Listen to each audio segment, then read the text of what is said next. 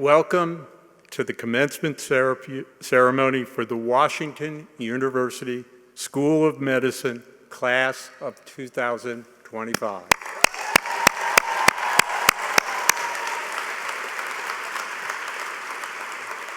I'd now like to ask our faculty and our graduates to be seated, and I would like to welcome all of the families and our guests of the class of 25 to this cherished event. I think you all know that we are home to the best medical students in the world, and all of us treasure this momentous opportunity to celebrate their hard work. Before we get started, I'd like to give a shout out. We are very lucky to have here today with us our Chancellor, Andrew Martin, Chair of the Board of Trustees of Washington University, Andy Bursky, and we also have President of our hospital partner, BJC Health, Nick Barda. Let's have a round of applause for all of them.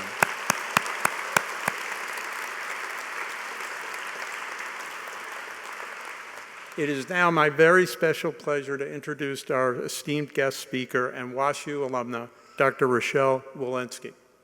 Dr. Walensky served as the 19th Director of the Centers for Disease Control and Prevention from 2021 to 2023.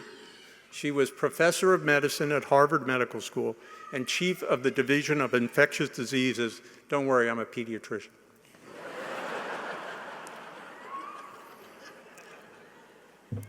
She was Chief of the Division of Infectious Diseases at Mass General Hospital from 2017 to 2021.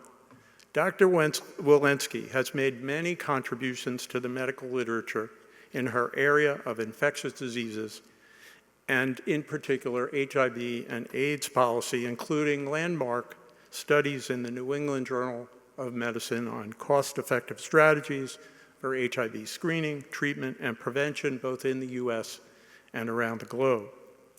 Dr. Walensky served on the front lines of the COVID-19 pandemic in Massachusetts until beginning her tenure at the CDC. While at the CDC, she led the nation and the world through unprecedented times, navigating the darkest days of COVID-19 pandemic and further facing the largest density of diverse infectious threats likely ever seen in this country. Dr. Walensky received her BA from Washington University in 1991 and MD from Johns Hopkins School of Medicine in 1995. She went on to internal medicine residency at Johns Hopkins and her infectious disease fellowship in the Mass General Brigham and Women's Hospital combined program. She also later received an MPH from the Harvard School of Public Health in her area of clinical effectiveness. Dr. Walensky is a member of the American Society for Clinical Investigation, the Association of American Physicians, the American Academy of Physicians, the National Academy of Medicine, and the Council on Foreign Relations. She serves on the Board of Trustees at the Doris Duke Foundation and the Carter Center, and is currently the Bayer Fellow in Health and Biotech at the American Academy in Berlin. Among the many awards that have recognized her, I mention here the Anthony Fauci Courage and Leadership Award from the Infectious Disease Society of America and the Distinguished Alumni Award from Washington University in 2024. She ends her personal bio by mentioning that she is married to Lauren Walensky, MD, PhD, a physician scientist and pediatric oncologist at Dana-Farber Cancer Institute, Boston Children's, and that she and Lauren have 3 sons, ages 20, 23, and 25. This is something very special because I know how proud she is of her family. Together, each of them sacrificed enormously for her to interrupt her career at MGH and their family life when she accepted the position to lead the CDC in 2021 for the express purpose of serving her country and the world. Above all else, this is what makes this university so very proud to count her among our distinguished alumni, and so thrilled that she will talk to you today in honor of your graduation from medical school. Please join me in welcoming Dr. Rochelle Walensky.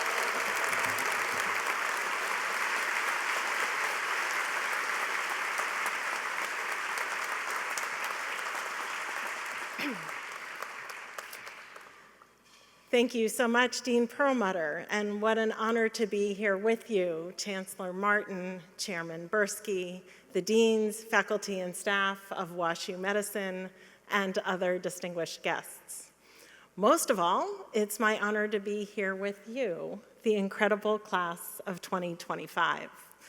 I want to take a moment to thank those who supported you and encouraged you to push forward on your academic journey. I have been in your seat, and while it is you who have persevered, waded through the literature, pored over the data, endured the seemingly interminable call nights, take time to remember those whose love and support made your stamina possible. You arrived for your medical education to St. Louis at the Gateway Arch, a uniquely tangible symbol of the uncharted territory you were about to explore. Most of you entered as only the second class to embark on the Gateway curriculum, and in 2021, the first one to do so in person. And despite the rigorous curriculum of your foundational science modules, your clinical immersion experiences, your rotations, and your gateways to specialization, you were collectively able to balance the demands on your IQ with your incredible EQ. One of you collected everyone's birthdays so that personalized birthday wishes could be sprinkled throughout the year. Another started, I love this name, the Knitted Knocker program, creating a groundswell of students who crocheted prosthetic breasts for patients post-mastectomy. And so now, having heard some of your truly inspiring stories, I have the humbling job of electrifying you. So here it goes. One of my first tasks, even before my tenure began as director of the CDC, was to pen an op-ed for the New York Times. It said, "I will lead with facts, science, and integrity." In retrospect, I would have refined that point and added, "and that science will change." Why?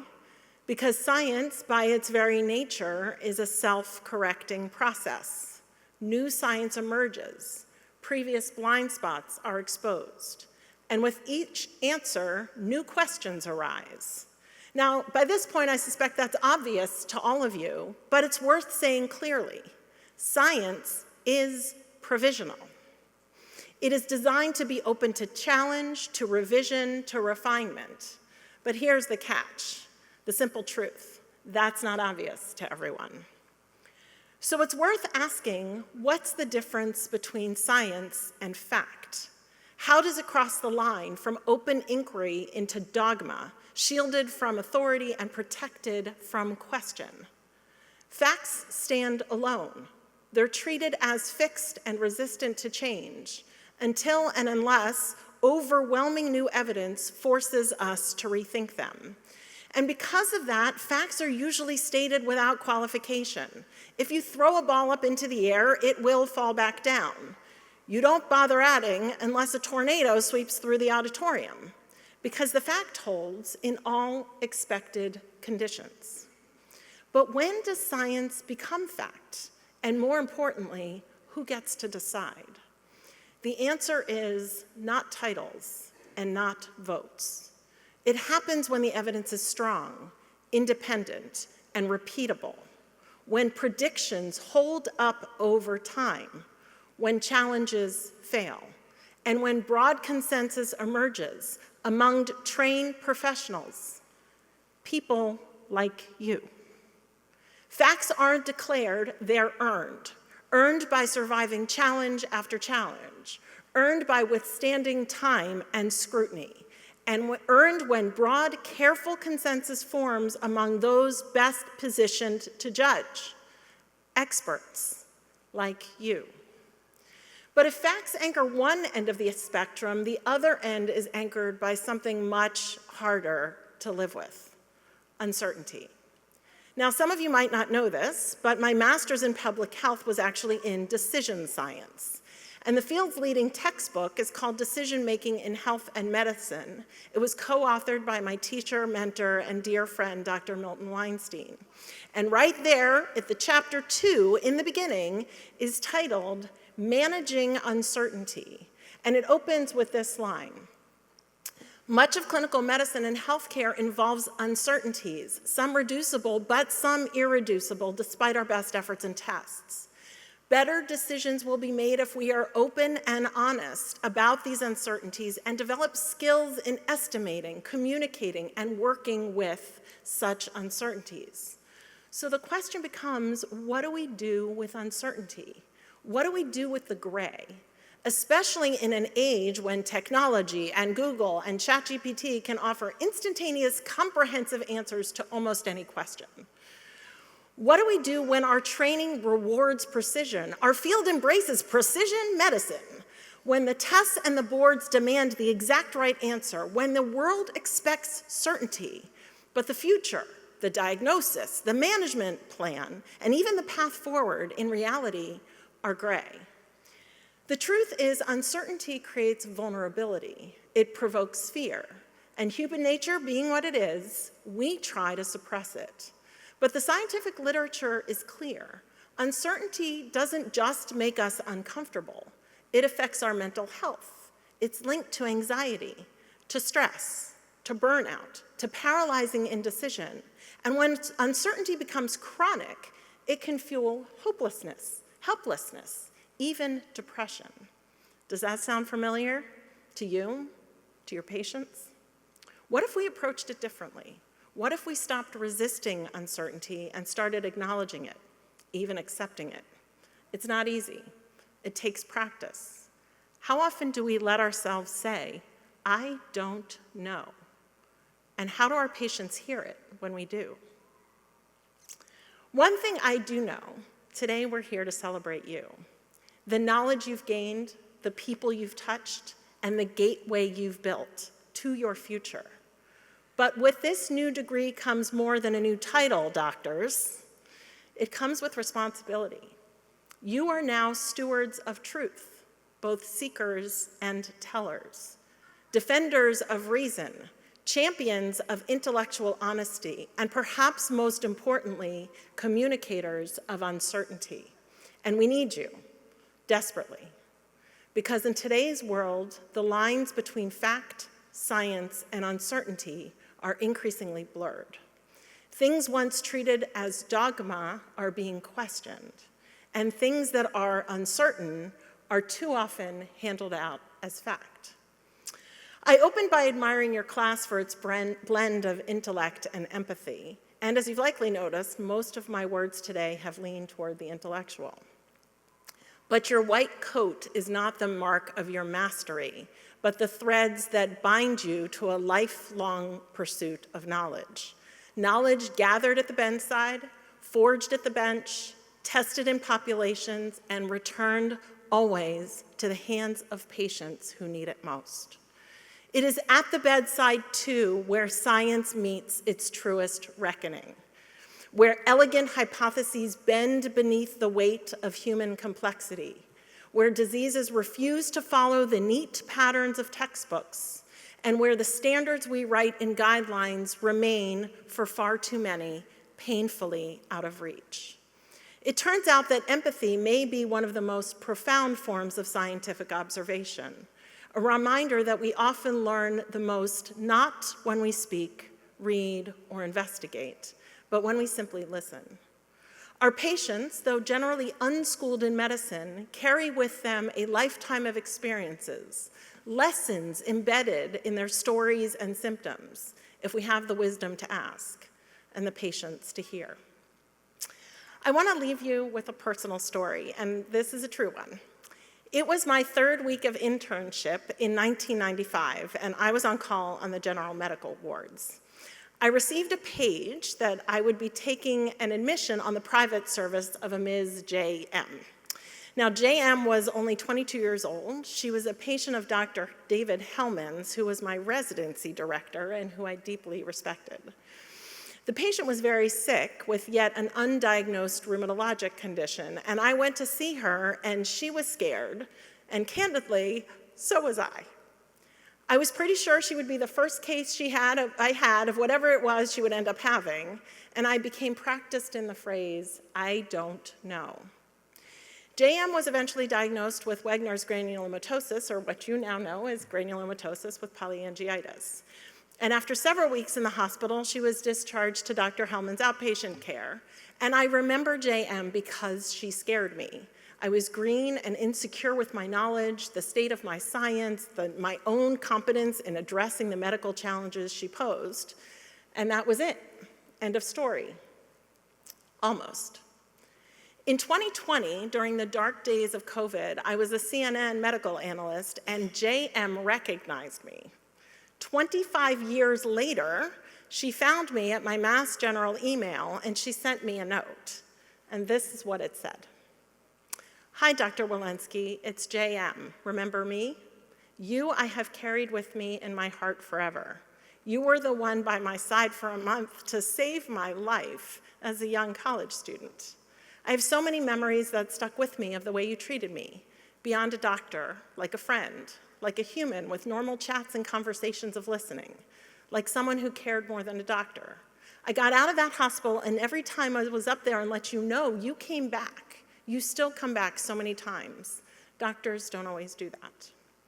Now, I tell you this story to remind you that the impact you have is far beyond your board scores, the facts you know, the scripts you write, far beyond the tests you order, and far beyond the discharge summaries that I promise will plague you.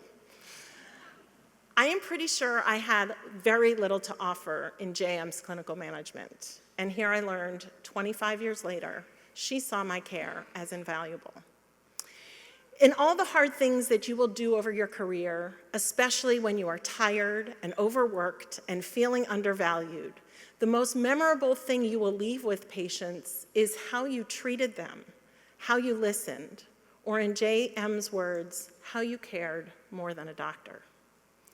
You are embarking into an incredible career at a fragile and uncertain time. Facts are being attacked, science is being distorted, and the most vulnerable, your patients, are the ones who will pay the price.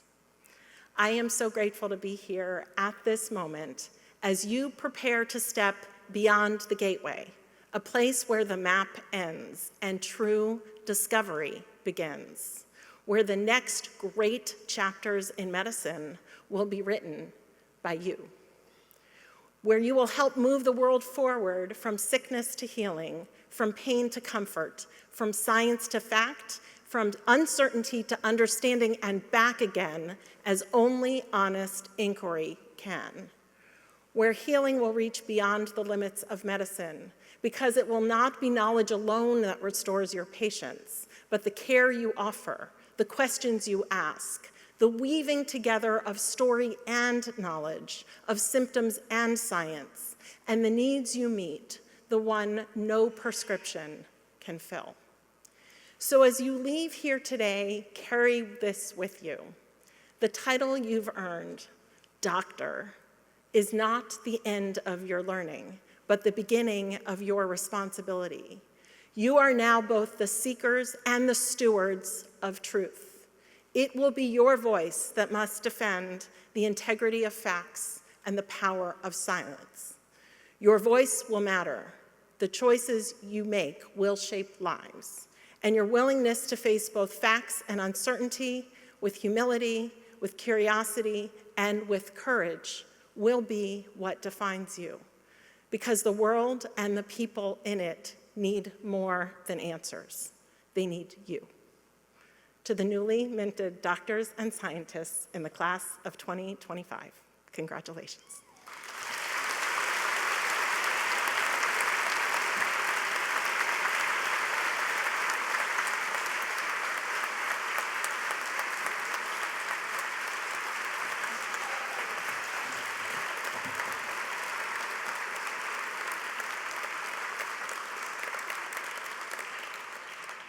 Thank you so much, Dr. Rochelle Walensky. It is such an honor, and your words mean so much to us today. It is now my pleasure to introduce Dr. Tim Huang, the medical education representative and the graduate who will introduce the Teacher of the Year awards.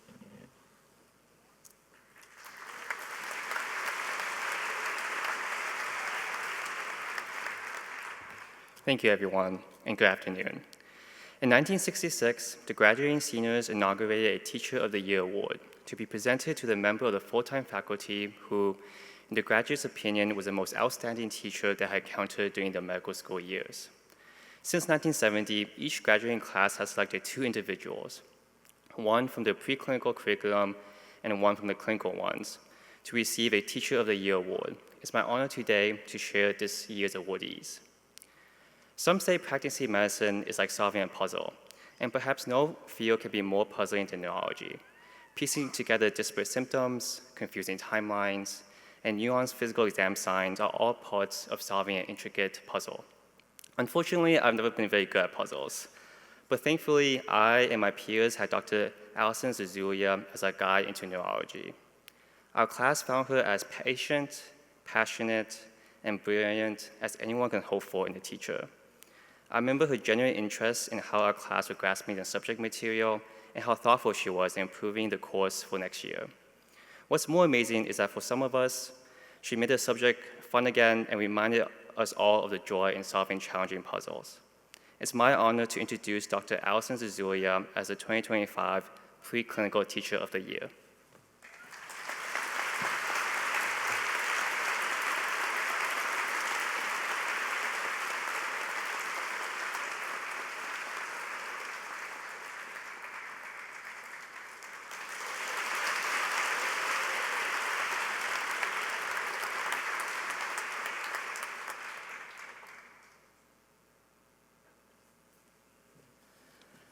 In 1979, Dr. Sidney S. Pearl, an alumnus of the class of 1932, established an award for inspirational teaching.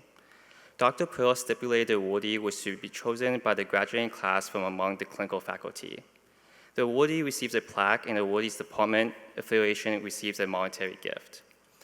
I remember a lecture Dr. Pittman gave about the social disparities in asthma care and how they affected marginalized children. Well, I remember parts of it at least. I don't recall the specific drug names or how to classify asthma severity, but one part has stayed with me clearly. Dr. Pittman told us a story about how during a busy clinic day when a mother and her son arrived late for their appointment, just as the clinic was about to close. She knew this family struggled to make it to appointments. They lived far away from the clinic and relied on multiple bus transfers. If they weren't seen that day, she wasn't sure when they'd be able to come back. So while the medical assistants were cleaning up and the receptionists were logging off, and perhaps a less attentive physician who had been already in the elevator back home, she stayed.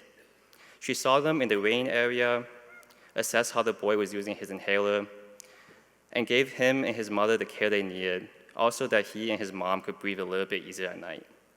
That story stuck with me. It reminded me that practicing medicine is a privilege, that even in the smallest moments, we have the opportunity to offer grace. The 2025 recipient of the Sidney S. Pearl, MD, Class of 32 Clinical Teacher of the Year Award is Dr. Jessica Pittman.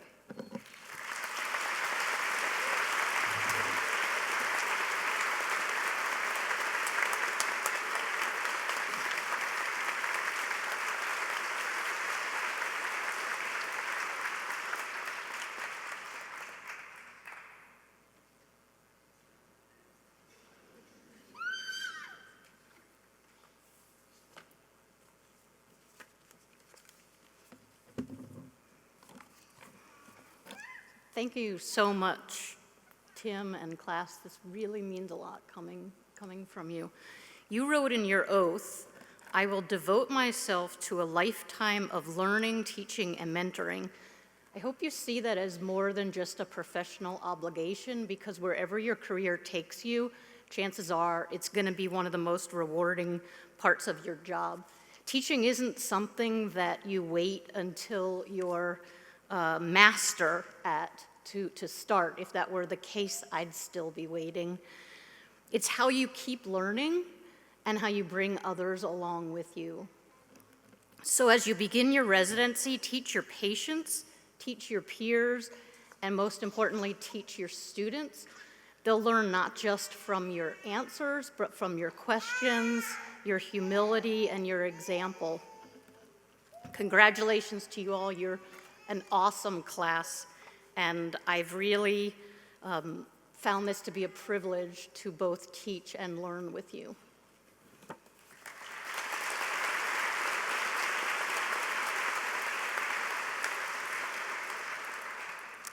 thank you, class of 2025, for this tremendous honor. When I was reflecting on what I might have done to merit this award, I landed on the idea of inclusion. I hope that for those of you I worked with or taught, I made you feel seen, respected, heard, and valued.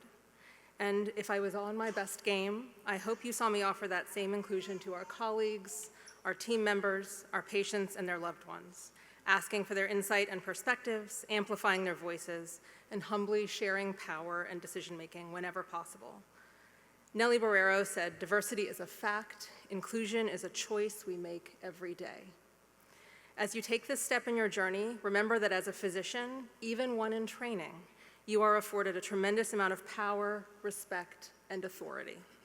With that power comes the ability and the responsibility to actively choose to include others, to seek out a diversity of perspectives, and to remember that the contributions and insights of other team members, nurses, students, patient care technicians, environmental service workers, and most importantly, our patients and their loved ones, are just as valuable as our own.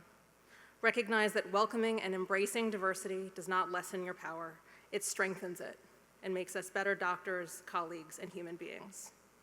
Diversity is a fact, it is also a gift. As you embark on your soon-to-be brilliant careers, honor that gift by making the choice to practice inclusivity and humility and embrace diversity every day. Thank you and congratulations.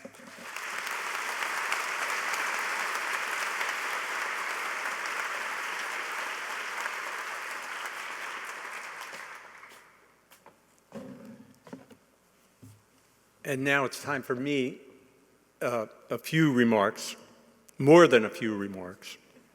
Class of 2025, you made it. And what a journey it's been. You've spent hours in the classroom educating yourself. Physiology, genetics, metabolism, neuroscience, social determinants of health. On the hospital ward and in the outpatient office, you've learned to recognize patterns of human disease, to ask the right questions, and to say the right things so you can help people from all walks of life. You've learned how to persevere in clinical situations that seemed futile. And you've learned to provide comfort when a patient is dying. You've learned that whether it is in the clinic or in the lab, we are never done trying to improve, and that our work is all about discovering new ways to do better for our patients.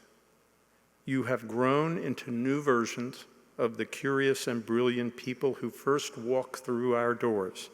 And I think you know that the world outside our campus has changed as well. Yes, perhaps it is changing at a more rapid pace right now into that heightened uncertainty that Dr. Walensky spoke about a few minutes ago. The truth is that each medical school class graduates into a different world than the one that their faculty mentors entered. And that is why we have focused your education and training on how to do those things that are essential, how to stick with the core values, and how to use your judgment capabilities no matter what the circumstance, no matter what the environment. And sometimes it may even be that new possibilities emerge when the world around us is changing the most. And so it is those possibilities that I want to talk about to you today. How can you think about your enormous potential as you stand here on the launch of a career of consequence? There's a passage in George Eliot's great 16th century novel, Middlemarch, that describes what I'm thinking about for you today. The novel's narrator says, "We never get tired of describing the process of falling in love. Our culture has produced countless books and stories that center on two people meeting and falling for each other, being thrown into a narrative that ends either in marriage or heartbreak. We're less interested," the narrator continues, "in talking about that other great passion, the experience of finding a career, a purpose in life, and how that too can be an all-encompassing love even if as it changes over the course of a lifetime. Now, that's just one almost throwaway line in a book of over 800 pages, but I find it so powerful today because anyone who's ever fallen in love can find innumerable lines of poetry and more novels than they can possibly read in a lifetime that reflect how they feel. But what about this other kind of love? How do we do justice to the experience of finding a purpose or choosing a job that is somehow more than a job? Because in learning how to do it, you find yourself somehow holding on to other people's hopes and dreams and deepest fears. What kind of stories can we tell about falling in love with a career in medicine and what it can mean for the world? And so I want to tell you two stories today that illustrate this point. One in which a physician has an impact on many lives, and one which exemplifies how a physician can impact a single life. The first is the story of Dr. Roy Vagelos, and I am so happy to tell you that Dr. Vagelos is at home right now streaming us live. Dr. Vagelos was born into an immigrant family. In his own words, quote, he hobbled his way through earlier school and didn't catch on to education until he got into some chemistry courses. As Roy made his way through medical school and training, he became fixated on the potential to use chemistry to come up with drugs that would help people. But he also found that he really loved being with patients, talking with them, and trying to find the right solution to their problems. Roy was prepared to go into clinical medicine, but he had deferred his mandatory Army service during the Korean War to attend medical school, and so he first had to go to work for the government, and he ended up at the NIH, where he worked his way through one experiment after another, slowly becoming a biochemist over a 10-year period. At that point, he was invited to become the chair of the Department of Biochemistry here at WashU Medicine, and he ended up founding our MSTP, the incredible program from which a number of you are graduating today, and which we will soon be naming in honor of Roy and his wife, Diana. All of this eventually led Dr. Vagelos to a leadership job at Merck Pharmaceuticals, where he revolutionized drug development by using biochemistry as a prime strategy for drug development. And as CEO of Merck, he led several profoundly important therapeutic campaigns.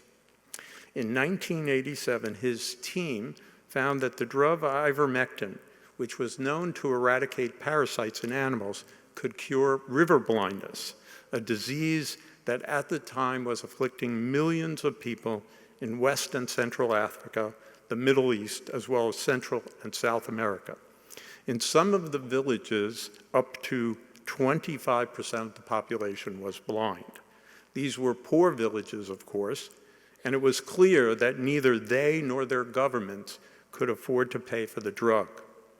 In what is now one of the legends of the pharmaceutical business, Dr. Vagelos, without getting approval from his board, decided that Merck would provide the drug free for mass distribution to those living in areas impacted by river blindness for as long as it was needed. That program continues to this day, and it is the longest-running disease-specific drug donation program of its kind. It reaches more than 300 million people each year, and it has succeeded in eradicating river blindness almost entirely from several areas of the world. One discovery, one decision, millions of lives impacted. Here's a second story. Several years ago, Dr. Andre Speck, Associate Professor of Medicine in the Division of Infectious Diseases here at WashU Medicine, received a call from one of his pediatric colleagues about a teenager with acute myelogenous leukemia, the most difficult form to treat. And in this case, the leukemia was resisting the usual chemotherapy and even bone marrow transplantation. The colleague said to him on the phone, quote, Our patient developed a cutaneous nodule, and the biopsy is showing what looks like a very rare fungus. I've never heard of this fungus before, she said, but it sounds very bad, mostly fatal, and the 3 antifungal drugs we have him on aren't helping. Is there anything else we can do? Years ago, Dr. Speck started our invasive fungal infections clinic, which has so far treated patients from 37 states and 5 countries. But he had only seen this fungus 3 or 4 times in his career, and only one of those patients survived, thanks to a clinical trial for a new drug called alorafin. The patient Dr. Speck had been called to consult on was not only more immunocompromised than the one who had participated in that trial, but the FDA was only granting compassionate use trials for adults. Things were looking increasingly grim. Despite being treated with the 3 available antifungal drugs, the patient was developing other lesions on his body, which meant that the infection was disseminated and getting worse, a development that he knew markedly reduced the likelihood of survival. But as the care team discussed the lack of treatment options, the patient's mother piped up and said, well, you know, he's turning 18 in 2 days. Now, ordinarily, it takes a month to get IRB approval for an experimental drug treatment, but Dr. Speck worked with Dr. Amanda Cashin, the head of WashU's IRB, and it took them 36 hours, and our patient received his first dose of this experimental drug on his birthday, and he survived, disseminated, probably the first person known to survive, disseminated scapuloropsis. I don't think I pronounced that very well. And I'm very happy we have here today Dr. Speck and his patient, Jonathan Ferretti, and they're sitting in the front row here. Please stand up.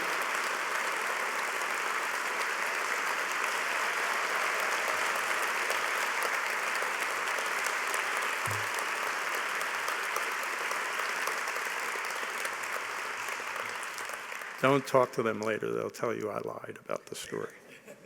Why am I telling you about this case, and what does it have to do with the story of Dr. Vagelos? I share these vignettes because they remind me of what is so unbelievable and miraculous, and yes, even romantic about a career in medicine and medical science. A boy falls in love with chemistry, can grow up to become an MD, and then to pursue a scientific career, and as a pharma CEO, impact millions of lives. Another doctor, an idealist who sees his life and career as a vocation and as an exercise in dedication to the people he serves, can decide to hang his shingle as an expert on fungal infections. Called to consult on a patient with a rare and deadly infection, he can marshal and coordinate expertise and a level of care only possible at an academic medical center. He can orchestrate all of this expertise, experimental treatment, institutional approval to save one life. We would not have it any other way. These are just 2 stories. If I had time, there would be so many more to tell. Yes, the possibilities for each of you are enormous. When I attended my own medical school graduation here in this building in 1978, amidst a typical Midwest torrential rain tornado, I had no idea that someday I would be leading one of the world's most important medical institutions. And were my parents alive today, they would tell you that it could not possibly be their completely unfocused son up here talking to you. And also, I want to point out that there may be even more possibility when there is uncertainty in the world around if we confront it without fear. Generations of doctors and scientists before you have taken uncertainty and turned it into discovery and hope. Ours is a profession built on that incredible alchemy, a profession of amazing range where you can find yourself looking one patient in the eye and telling them you'll leave no stone unturned, or having the ability to make a decision that saves millions of people you'll never even meet. This is a profession where you can do either or both and everything in between. Today is the day that we send you into the world, onto your advanced training, with a stronger conception of what your career might look like, what might be possible for you than what you had when you got here. I want you to take a moment to think about that vision that you have for yourself, to honor it and recognize it in a way that we rarely do. I want you to see it for what it is, the beginning of a great love story. It is an undersung kind of love, as George Eliot says, but it is no less powerful a passion. You cannot know today all the places it will take you or what will stand in your way. It is a love that will change and evolve just as romantic love inevitably does. And as in many love stories, this job will almost certainly break your heart. There will be days when you wonder why you and how you got yourself into this kind of relentless and sometimes devastating work. And there will most likely be other days when you wonder at your great fortune, at that rare and beautiful privilege of having the tools or the ability to create new tools to save one life or impact millions of lives. What I am trying to tell you today is we have not trained you for certainty or for a straight and easy path. We have trained you to look a patient in the eye and do something in your power to heal her. We have trained you to take a scientific problem and keep working at it until it's solved. We have trained you like Roy Vagelos and Andre Speck and Rochelle Walensky to see a need and fill it. We have trained you to use your gifts to make the world a better place, whether it will thank you for it or not. There is a saying that when a person saves one life, it is as if they saved the entire world. Anyone can save a life if they're in the right place at the right time with the right set of skills. But we physicians are the only ones who decide to become that place and that time. We fall in love with this profession, and we use that love to help others even at the most inopportune times and even when the odds are against us. There are worlds out there waiting for you to become exactly what they need.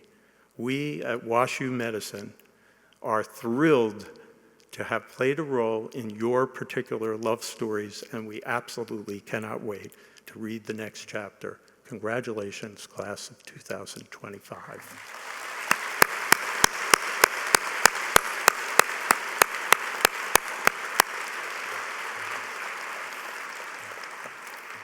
I would now like to invite up to the podium Dr. Isla Gomes, who is the class of 2025 president, and will now give you the class of 2025 speech.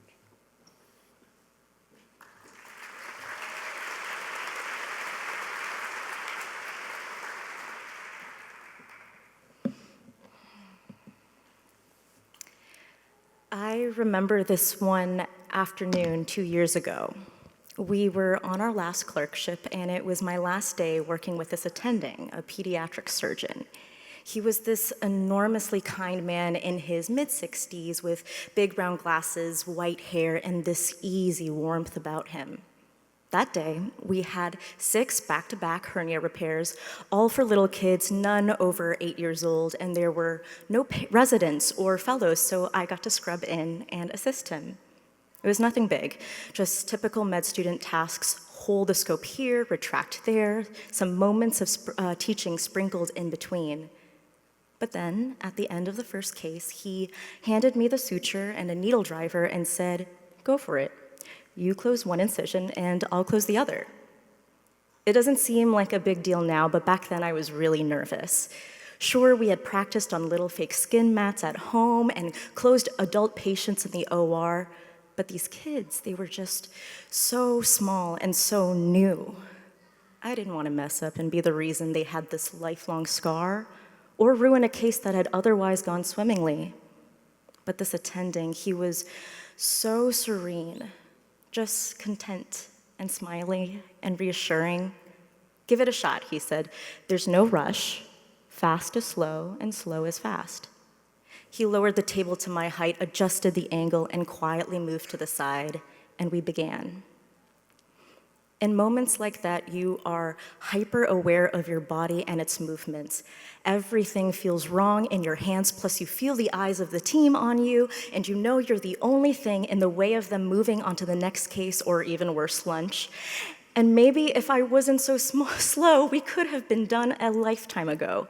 But this attending, he looks at me and says, "You know, if you rest the side of your hand here, it can act like an anchor. And if you orient yourself this way toward the table, you'll be facing the incision more naturally."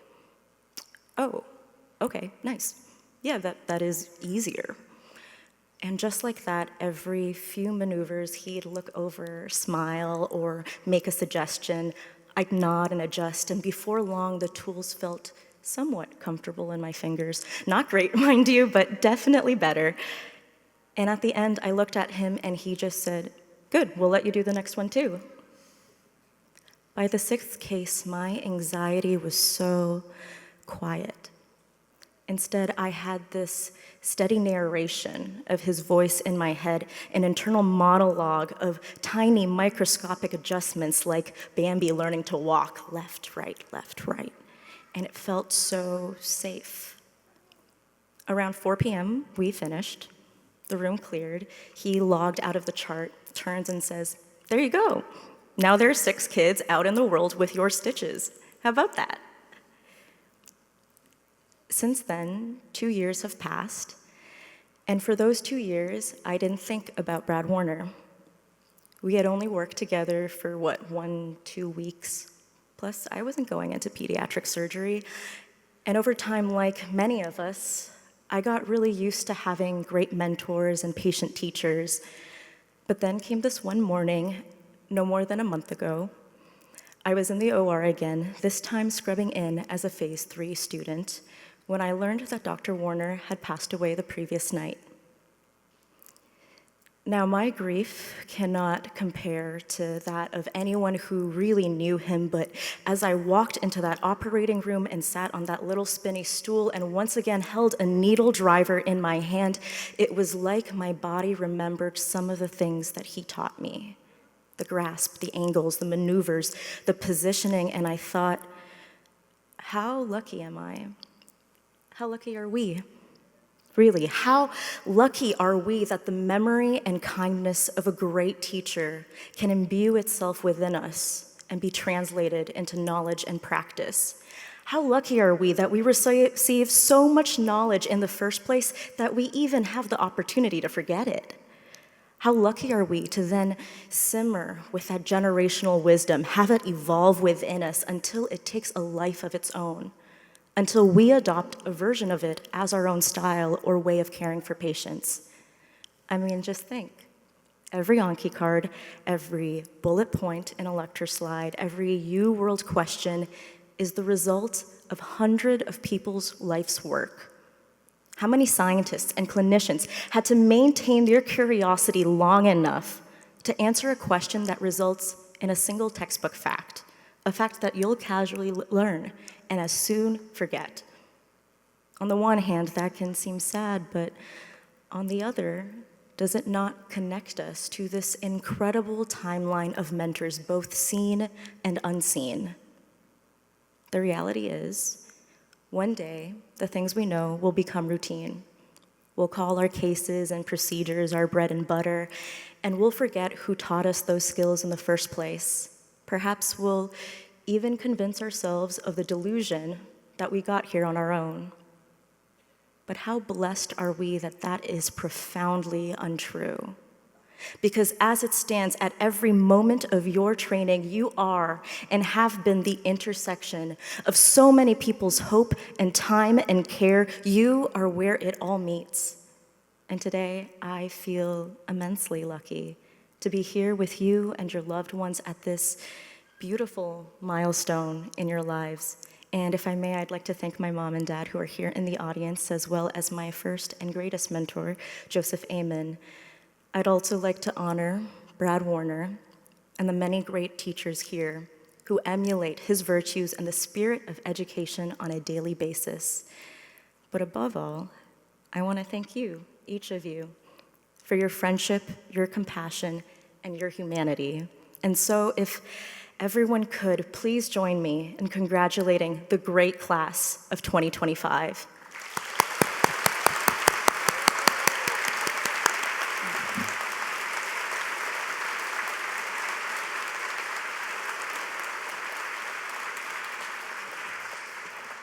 Thank you, Lisa, for speaking so beautifully today and representing this 2025 class. I now have the pleasure to introduce Dr. Tammy Son, Associate Dean for Student Affairs. Dean Son, will you please come forward to address the class and to lead the presentation and hooding?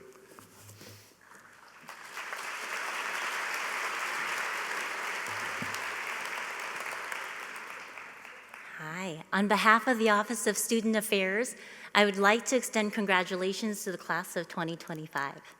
Today, you transition from students to physicians, a journey marked by dedication, perseverance, and a profound commitment to serving others.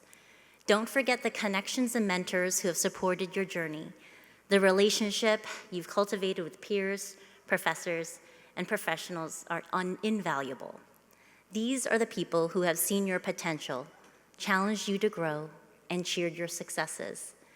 Keep these connections strong and continue to seek their guidance and support as you navigate the complexities of your career.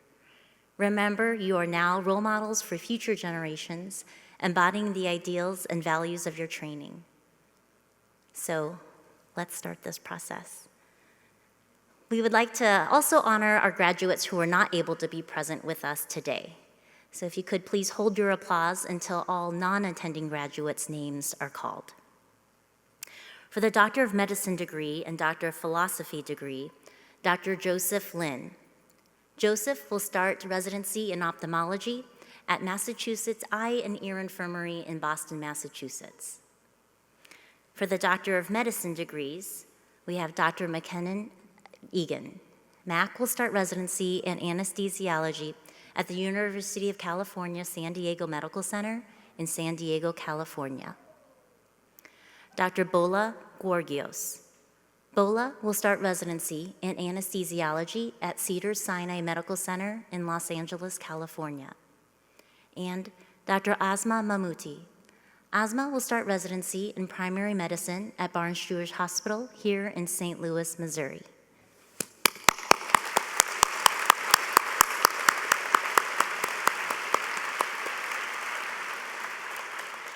If we can now have Dean Perlmutter and Michael Donlin, Assistant Dean for Academic Affairs and the Registrar, please come forward now for the presentation and hooding of doctors.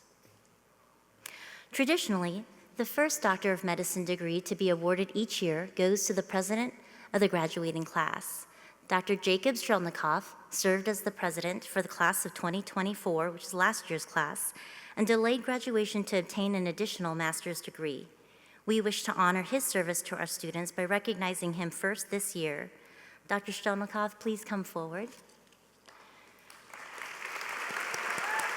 Receiving his Doctor of Medicine degree, as well as his Master of Science in Clinical Investigation degree, Dr. Jacob Strelnikov, hooded by Dr. Amjad Musleh. Jacob will start residency in ophthalmology at the University of California in Los Angeles, California.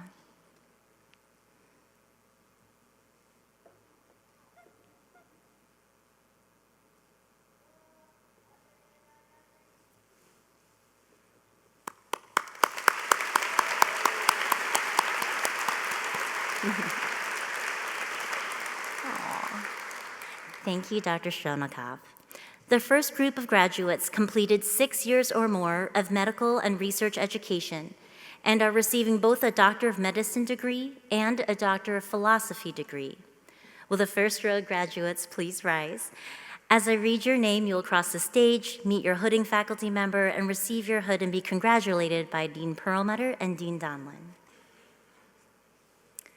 Dr. Favor Akinjuan.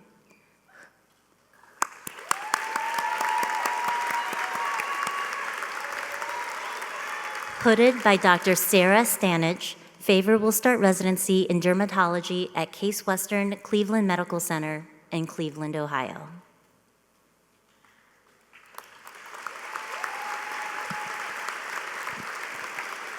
Dr. Jad Bell. Hooded by Dr. Wayne Yokoyama, Jad will start residency in dermatology at Stanford Healthcare in Redwood City, California.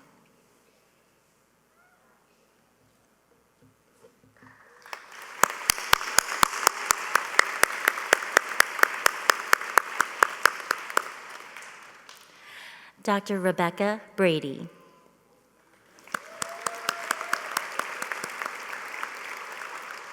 Hooded by Dr. Cynthia Rogers, Rebecca shares her parents sparked her curiosity, her husband supported her ideas, and her mentors launched her career. She cannot thank them enough. Rebecca will start residency in adult child psychiatry at Yale New Haven Hospital in New Haven, Connecticut.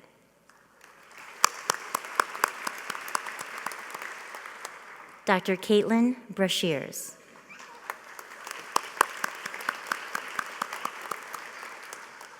Hooded by Dr. Carrie Oman, Caitlin will start residency in internal medicine as a physician scientist at Yale New Haven Hospital in New Haven, Connecticut.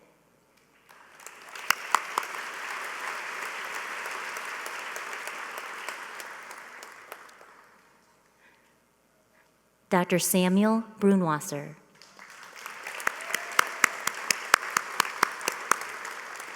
Hooded by Dr. Wayne Yokoyama, Samuel will begin residency in child neurology at the University of California, San Francisco in San Francisco, California.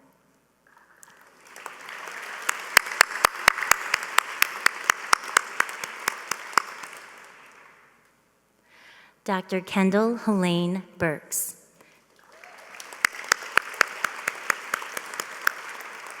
Hooded by Dr. Nathan Stitzel, Kendall will start residency in internal medicine at Brigham and Women's Hospital in Boston, Massachusetts.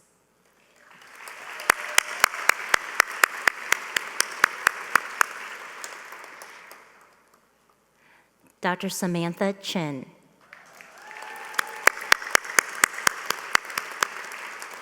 Hooded by Dr. Catherine Deemer, Samantha will start residency in diagnostic radiology at Barnes Jewish Hospital here in St. Louis.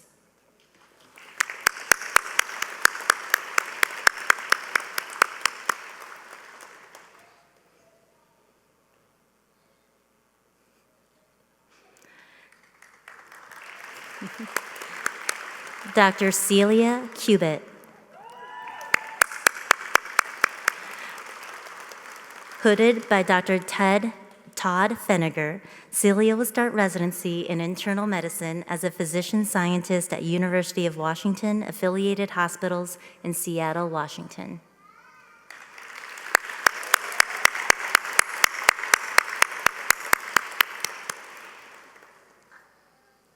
Dr. Pepper Sear.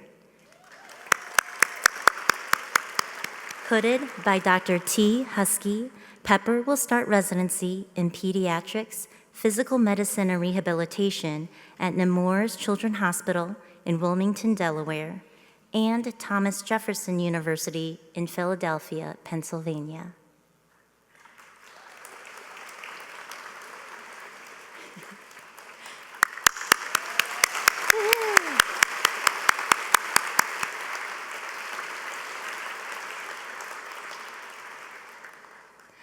Dr. Patrick D'Souza. Hooded by Dr. Wayne Yokoyama, Patrick says, 9 years, 5 letters, 2 degrees, 1 grateful doctor. Patrick will start residency in neurological surgery at University of Florida College of Medicine in Gainesville, Florida.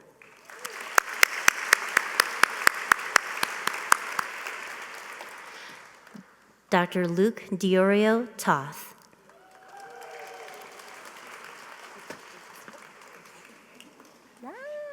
So cute.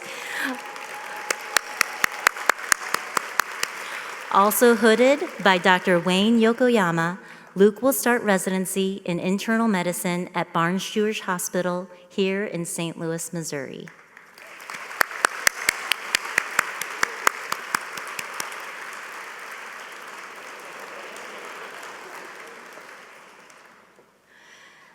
Dr. Alexander Dmitrenko.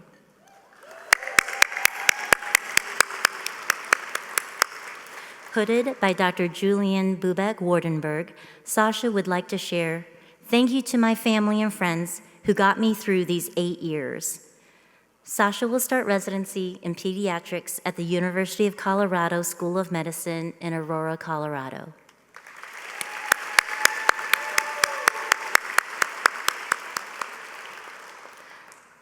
Dr. Mina Farag. Hooded by Dr. Rohit Papu, Mina will start residency in ophthalmology at Washington University School of Medicine here in St. Louis.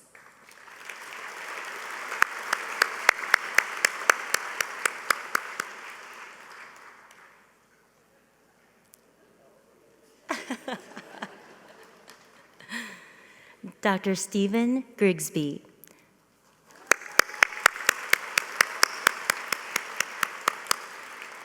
Hooded by Dr. Jennifer Phillips, Stephen will start residency in internal medicine at Baylor College of Medicine in Houston, Texas.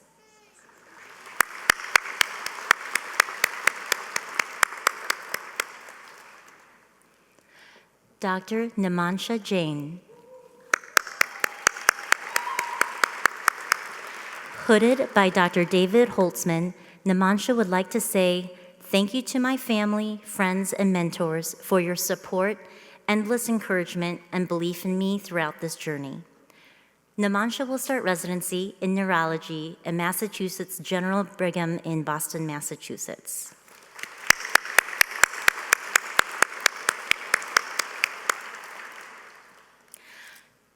Dr. Natasha Kafai.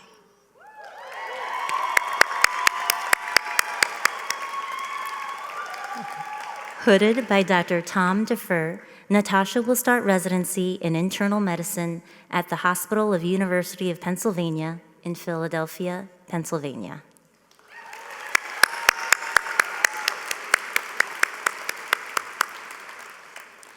Dr. Marlene Canmonier.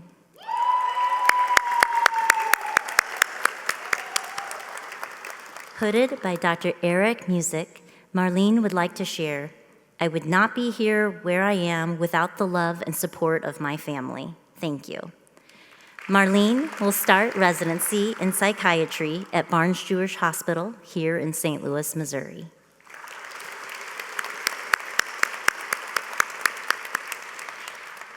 Dr. Clara Gao.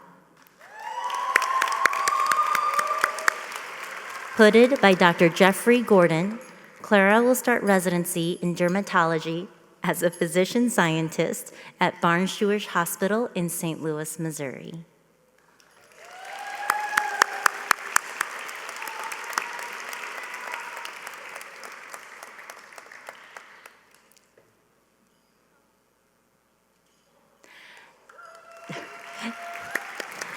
Dr. Tim Kong.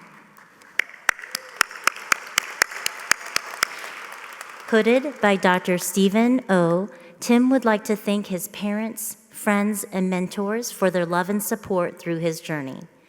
Tim will start residency in internal medicine at New York Presbyterian Weill Cornell Medical Center in New York, New York.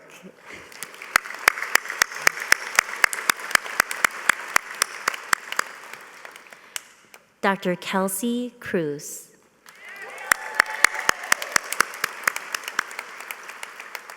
Hooded by Dr. Wayne Yokoyama, Kelsey says, "Thank you to my family for being there." Kelsey will start residency in neurology at the University of California, San Francisco, in San Francisco, California.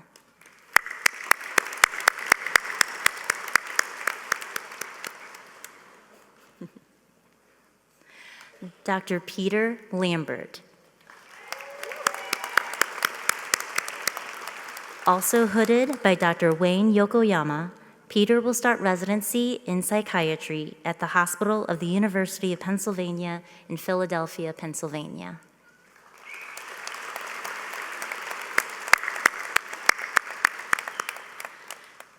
Dr. Nicola Ladrue.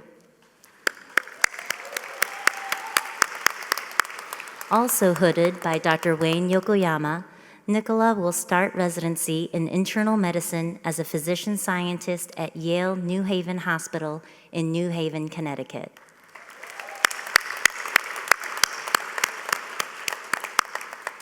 Dr. Aisha Lee.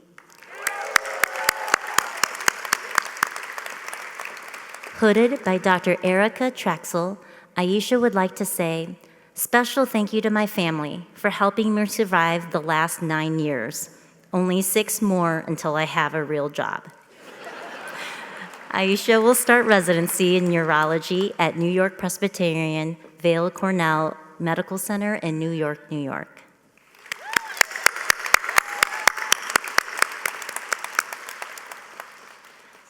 Dr. Maren Lowe.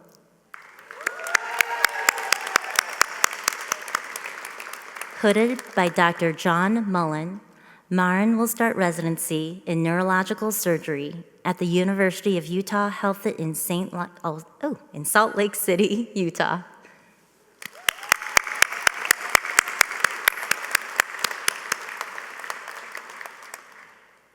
Dr. Michael McNellan.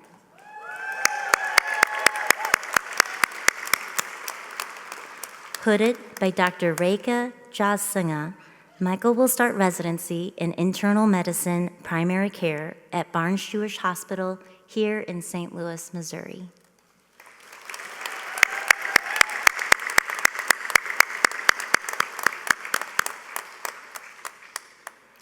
Dr. Artur Meller.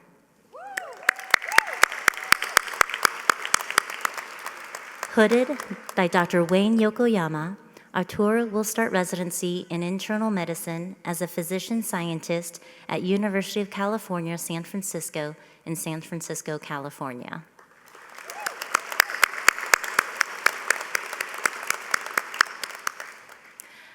Dr. Derek Platt.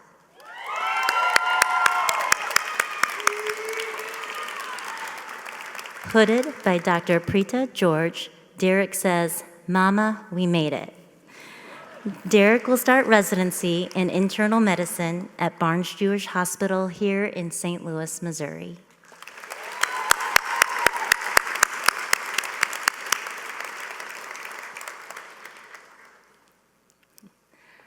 Dr. Debanjan Saha.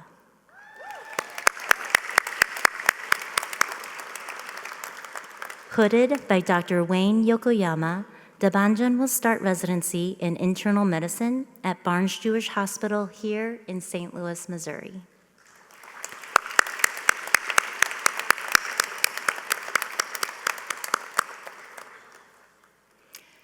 Dr. Sarah Speck.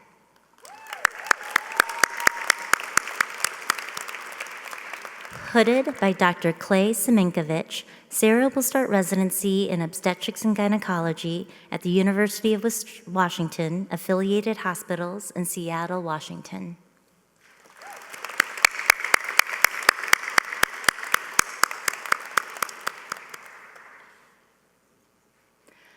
Dr. Anna Trier.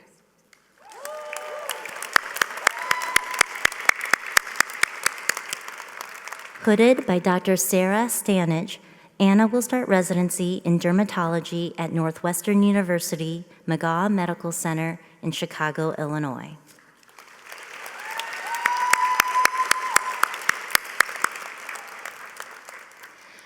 Dr. Yui Xia. Hooded by Dr. Wayne Yokoyama, Yui would like to share, "I'm grateful to the friends and mentors who carried me through. This is for you."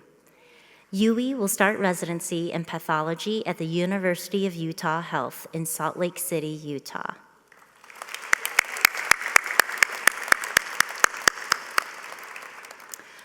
The following group of graduates will be receiving their Doctor of Medicine degree as well as their Master of Business Administration degree. Dr. Amanda Ferranta.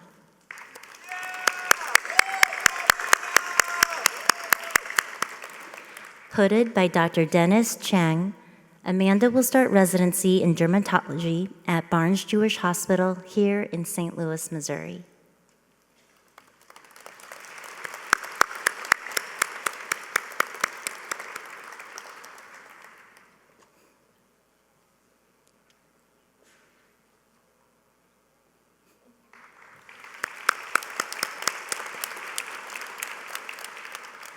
Dr. Yulia Kozina.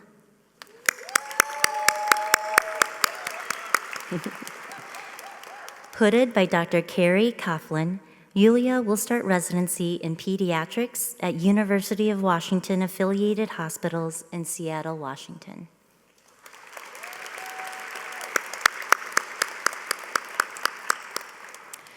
The following graduate will be receiving their Doctor of Medicine degree as well as their Master of Population Health Sciences degree. Dr. Zachary Randall.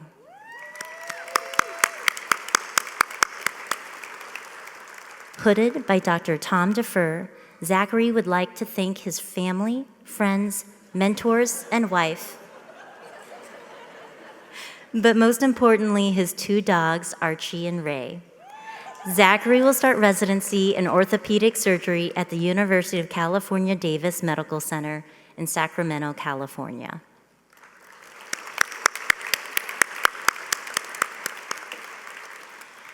The following 2 graduates will be receiving their Doctor of Medicine degree as well as their Master of Public Health degree. Dr. Shannon Chu.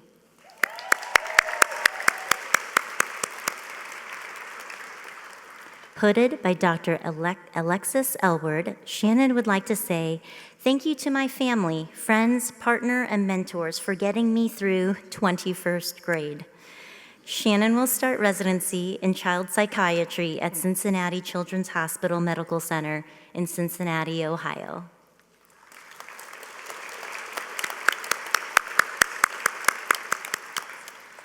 Dr. Sarah Fracasso Francis.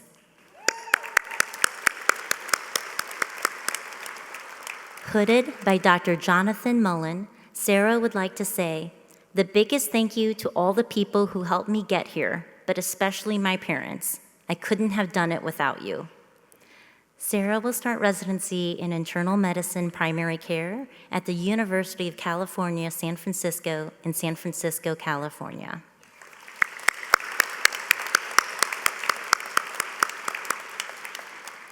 The following graduate will be receiving their Doctor of Medicine degree as well as their Master of Biomedical Informatics degree. Dr. Patrick Donahue.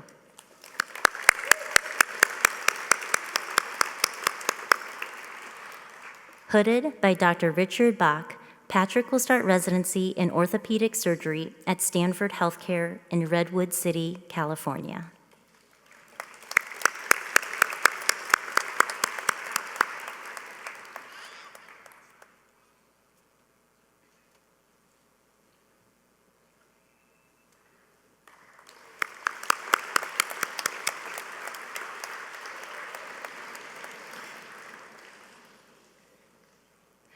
The following graduate will be receiving her Doctor of Medicine degree as well as her Master of Science in Clinical Investigation degree. Dr. Jenny G.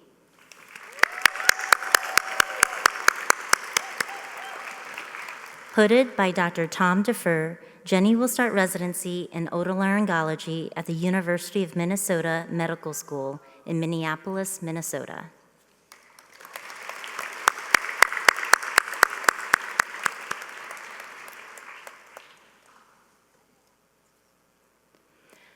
The following group of graduates will be receiving their Doctor of Medicine degree. Dr. Noah Balestra. Hooded by Dr. Ian Ross, Noah would like to say, "Thank you to my family. There's no way I could have done any of this without your support." Noah will start residency in internal medicine at Baylor College of Medicine in Houston, Texas.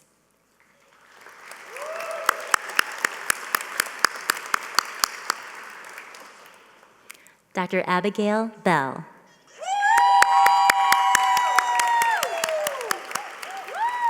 Hooded by Dr. Dennis Chang, Abigail will start residency in obstetrics and gynecology at Barnes Jewish Hospital here in St. Louis, Missouri.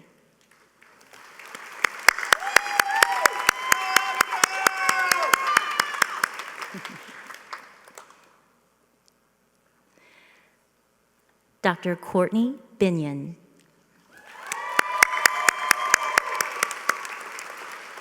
Hooded by Dr. Preeta George, Courtney will start residency in diagnostic radiology at Barnes Jewish Hospital here in St. Louis, Missouri.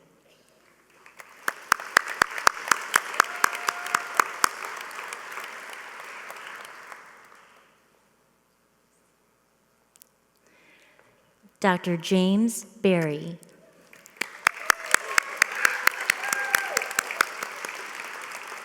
Hooded by Dr. Tom Defer, James would like to say, "Thanks to my parents, wife, and daughters for their love and support, to my fellow classmates, fair winds and following seas."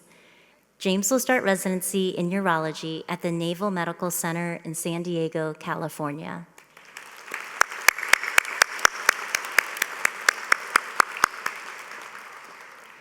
Dr. Amrita Bhatt.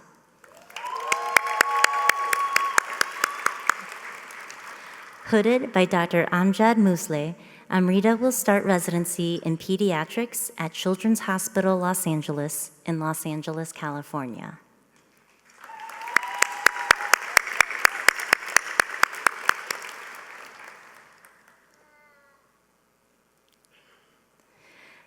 Dr. Sanjeevani Bhavsar.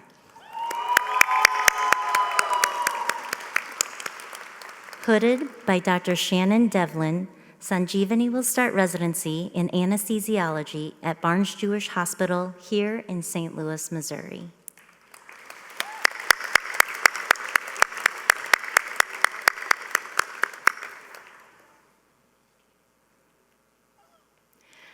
Dr. Matthew Bittman. Also hooded by Dr. Shannon Devlin, Matthew will start residency in emergency medicine at Medical College of Wisconsin affiliated hospitals in Milwaukee, Wisconsin.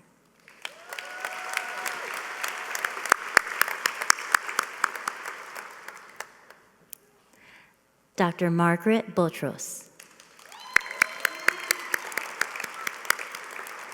Hooded by Dr. Susan McKinnon, Margaret will start residency in preliminary surgery at Penn State Hershey Medical Center in Hershey, Pennsylvania.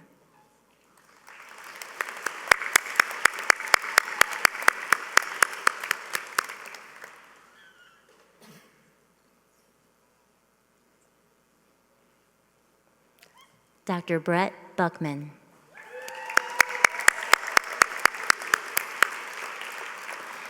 Hooded by Dr. Tom Defer, Brett will start residency in orthopedic surgery at Barnes Jewish Hospital here in St. Louis, Missouri.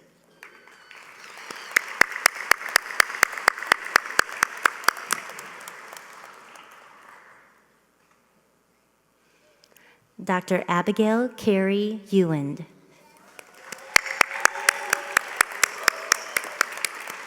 Hooded by Dr. Martin Boyer, Abby says, "I would like to express my gratitude and love for my parents and brothers." Abby will start residency in orthopedic surgery at Barnes Jewish Hospital here in St. Louis, Missouri.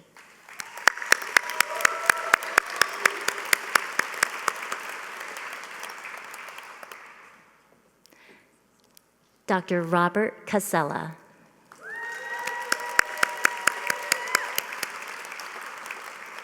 Hooded by Dr. Cadence Kuklinski, Robert will start residency in neurology at the University of Oklahoma College of Medicine in Oklahoma City, Oklahoma.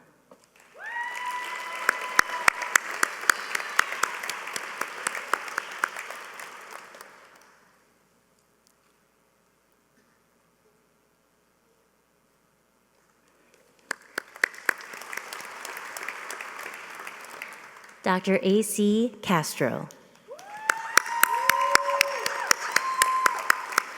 Hooded by Dr. Chris Sumsky, AC would like to say, thank you to my parents and my beautiful wife, Roberta, and my daughter, Cal. AC will start residency in emergency medicine anesthesiology at Johns Hopkins Hospital in Baltimore, Maryland.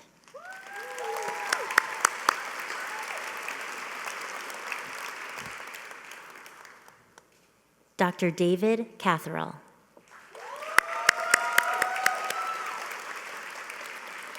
Hooded by Dr. Tom Defer, David will start residency in pediatrics at St. Louis Children's Hospital here in St. Louis, Missouri.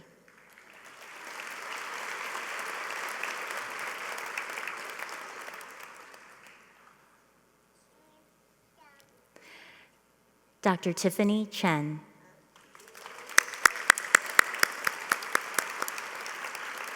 Hooded by Dr. Caroline Day, Tiffany would like to say, thank you to my mom, dad, family, and friends for your endless support and sacrifices. We did it. Tiffany will start residency in family medicine at Stanford Healthcare in San Jose, California.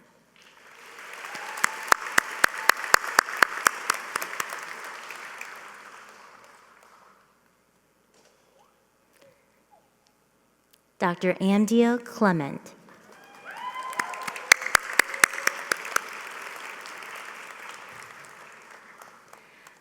Hooded by Dr. Cadence Kuklinski, Amdia would like to say, thank you to family and friends. Amdia will start residency in physical medicine and rehabilitation at Barnes Jewish Hospital here in St. Louis, Missouri.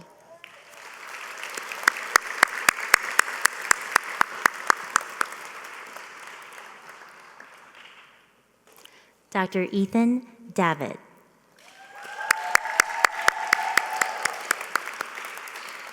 Hooded by Dr. Tom Defer, Ethan will start residency in ophthalmology at the University of Oklahoma, Oklahoma City, in Oklahoma City, Oklahoma.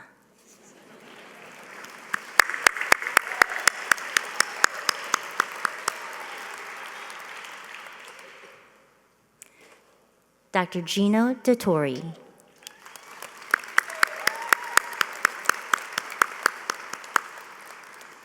Hooded by Dr. Aaron Hickey, Gino would like to thank his parents, friends, and mentors for their support and guidance.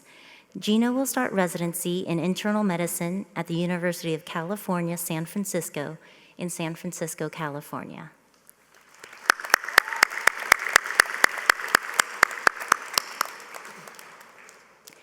Dr. Maida Duncan.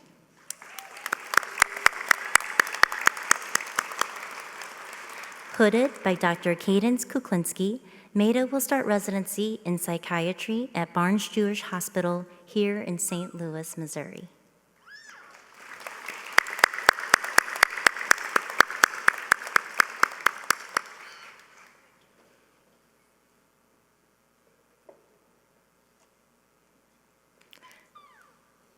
Dr. Nicholas Fidel.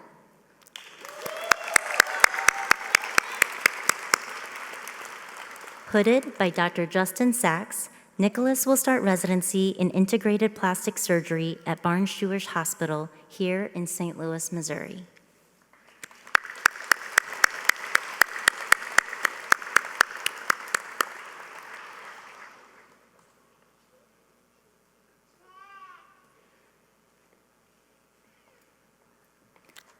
Dr. Philip Frass.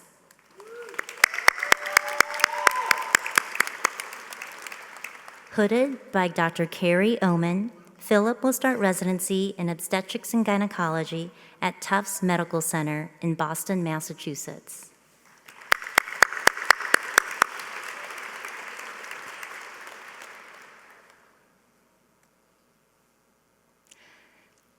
Dr. Tim Freeman.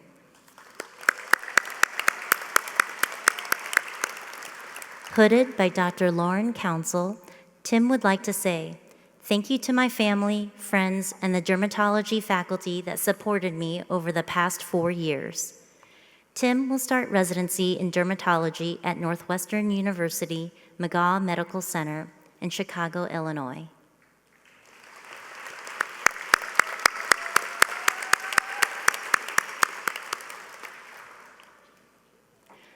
Dr. Mimi Yang.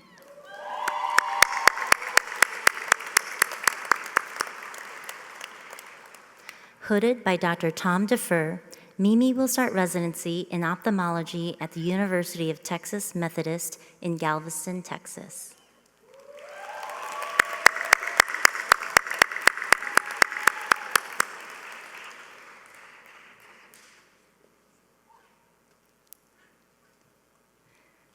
Dr. Jessica Goldberg.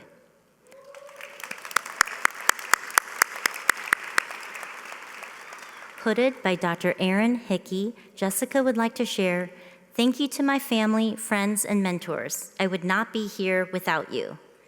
Jessica will start residency in pediatrics at Boston Children's Hospital in Boston, Massachusetts.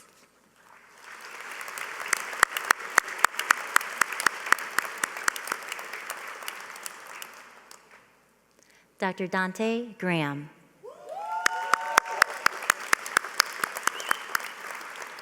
Hooded by Dr. Tom Defer, Dante will start residency in ophthalmology at the Medical College of Wisconsin in Milwaukee, Wisconsin.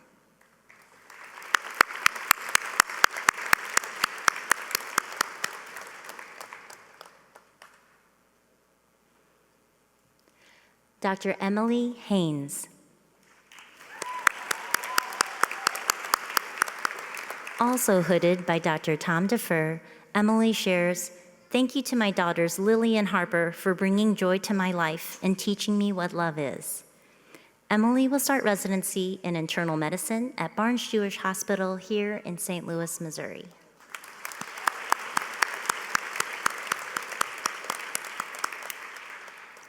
Dr. Clara Hankus.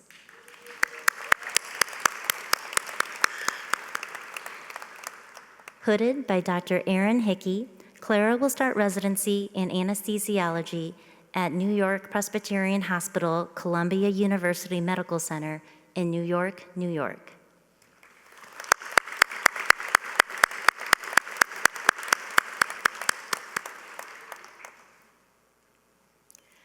Dr. Tim Huang.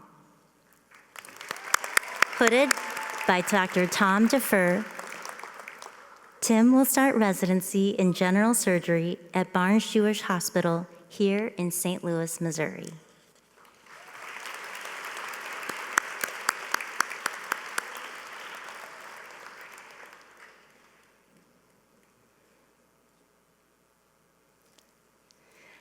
Dr. John Huber.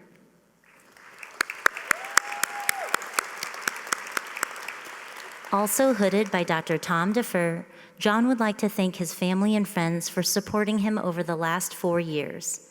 John will start residency in internal medicine at Massachusetts General Brigham in Boston, Massachusetts.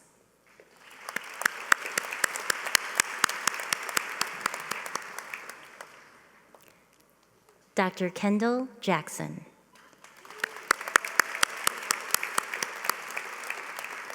Hooded by Dr. Colleen Wallace, Kendall would like to share, "I am forever grateful to my parents, brother, friends, teachers, and mentors. Thank you, we did it."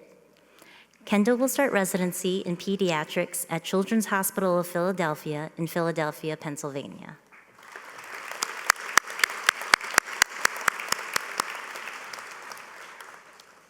Dr. Rachel Cobfell.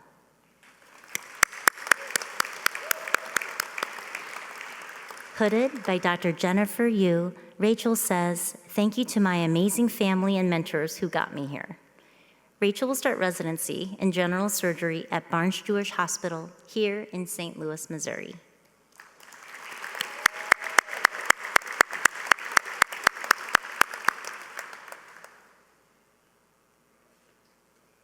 Dr. Nathan Cow.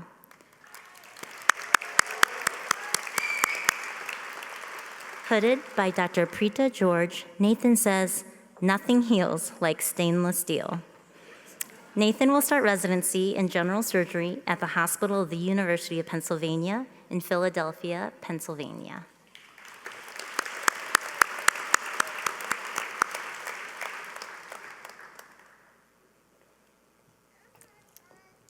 Dr. Natalie Kingston.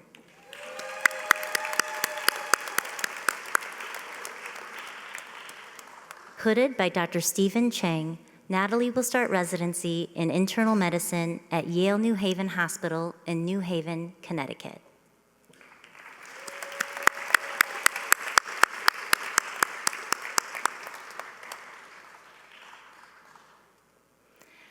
Dr. Andrew Kofed.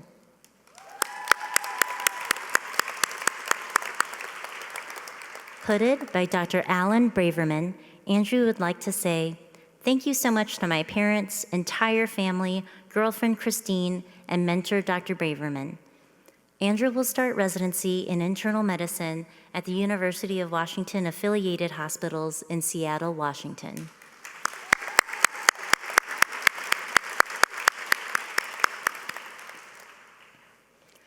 Dr. Tinna Solveig Kosako Thorodsen.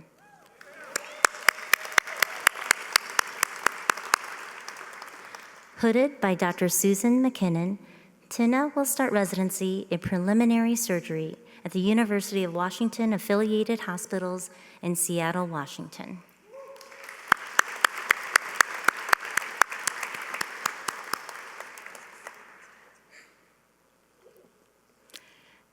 Dr. Karine Lama.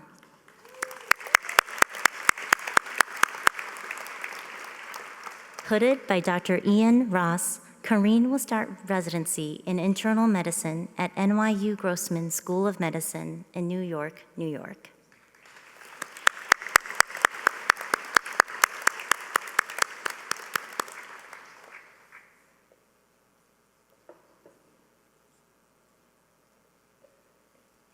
Dr. Kristen Leinbach.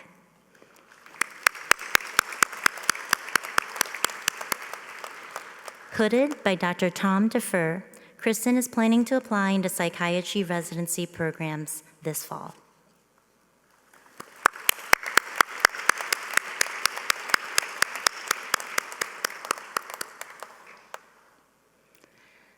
Dr. Erica Madrian.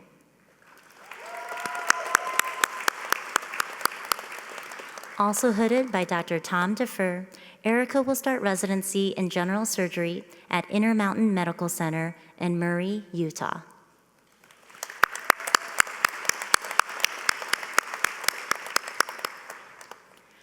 Dr. Dylan Mittauer.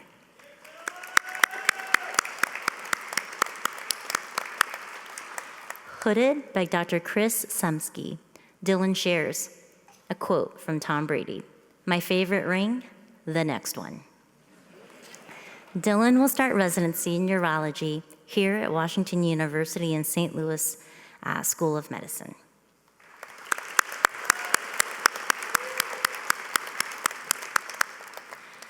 Dr. Victoria Mityul.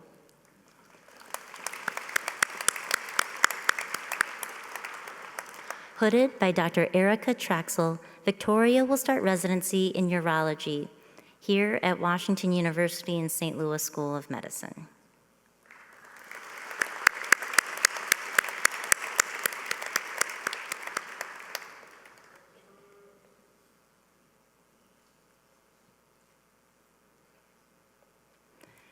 Dr. Dominic Moog.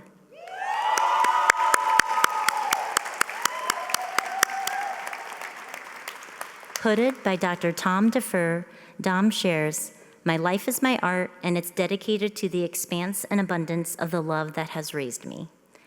Dom will start residency in psychiatry at UCLA Semel Institute for Neuroscience and Human Behavior in Los Angeles, California.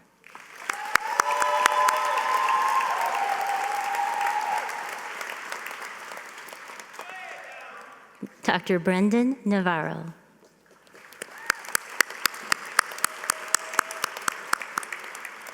Also hooded by Dr. Tom Defer, Brendan will start residency in orthopedic surgery at Northwestern University McGaw Medical Center in Chicago, Illinois.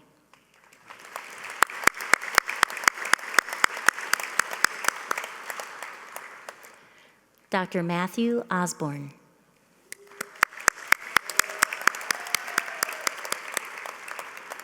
Also hooded by Dr. Tom Defer, Matt will start residency in internal medicine at NYU Grossman School of Medicine in New York, New York.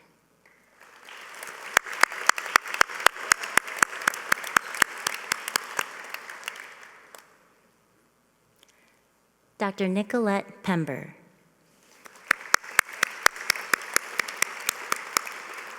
Hooded by Dr. Amanda Zofke, Nicolette would like to thank her friends and family for their constant love and support, with a special shout out to all of her grandparents, aunts, uncles, and cousins watching from Australia. Nicolette will start residency in preliminary surgery at Virginia Commonwealth University Health System in Richmond, Virginia.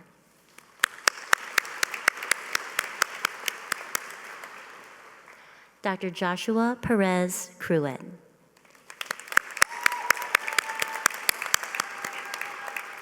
Hooded by Dr. Janice Hansen, Joshua would like to thank his parents, siblings, fiancé, friends, mentors, and classmates for their support over the last 4 years, and to God for innumerable blessings. Joshua will start residency in emergency medicine at Stanford Healthcare in Stanford, California.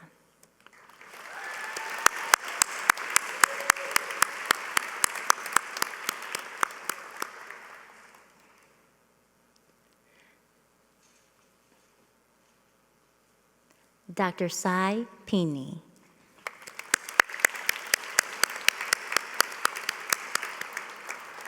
Hooded by Dr. Alexis Elward, Sai would like to say, thank you to my family, friends, and mentors for their support throughout this journey.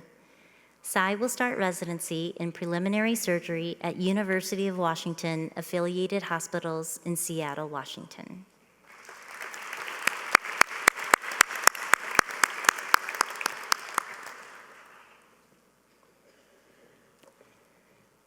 Dr. John Pewter.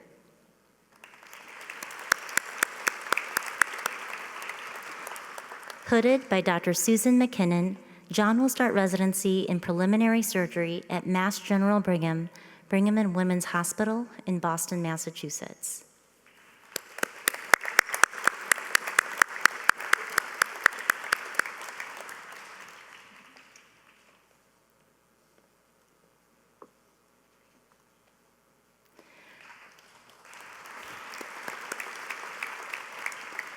Dr. Sangami Pugazanthi.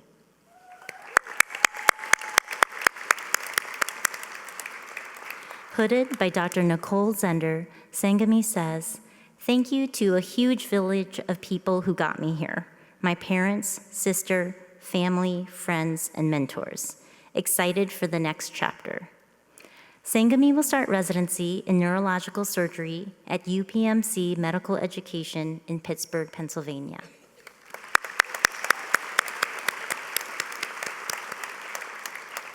Dr. Nicholas Rappaport.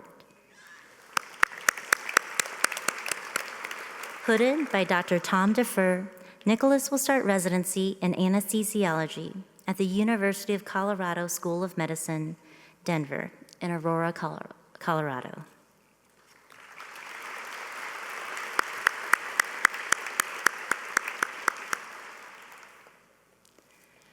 Dr. Shinji Rowe.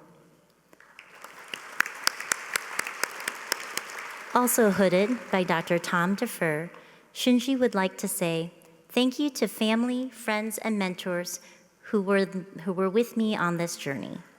Shinji will start residency in diagnostic radiology at the University of California, San Francisco in San Francisco, California.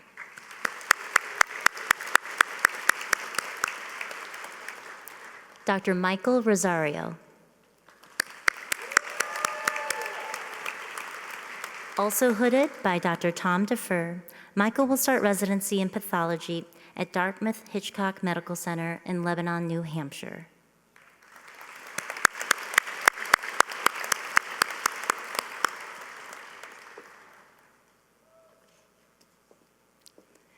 Dr. Alyssa Rust. Also hooded by Dr. Tom Defer, Alyssa would like to say, thank you to all my friends and family. I wouldn't be here without you. Alyssa will start residency in child neurology at Boston Children's Hospital in Boston, Massachusetts.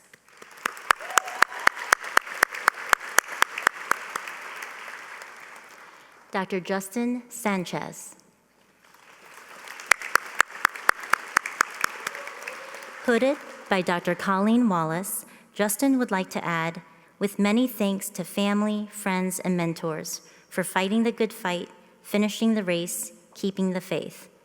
Justin will start residency in psychiatry at Mass General Brigham, Massachusetts General Hospital in Boston, Massachusetts.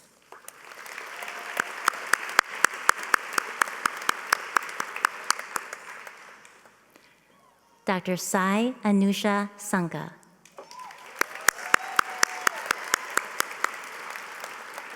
Hooded by Dr. Justin Sachs, Anusha would like to say, thank you to my family, friends, and most importantly, my parents, for your endless love, support, and encouragement throughout this journey.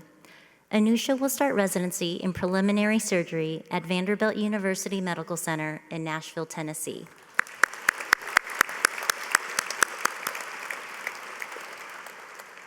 Dr. Sienna Sewell.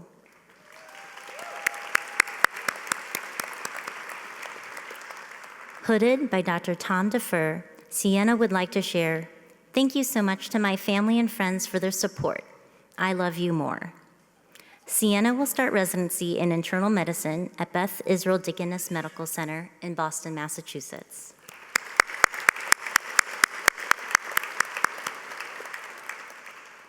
Dr. Marine Shafkat.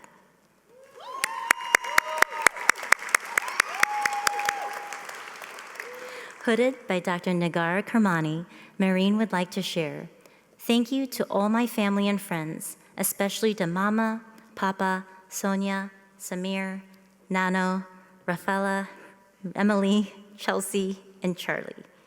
Marine will start residency in internal medicine at Case Western University Hospital's Cleveland Medical Center in Cleveland, Ohio.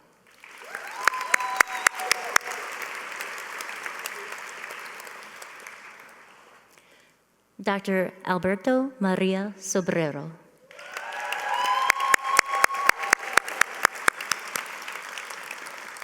Hooded by Dr. Anthony Dow, Alberto will start residency in internal medicine at Mass General Brigham, Massachusetts General Hospital in Boston, Massachusetts.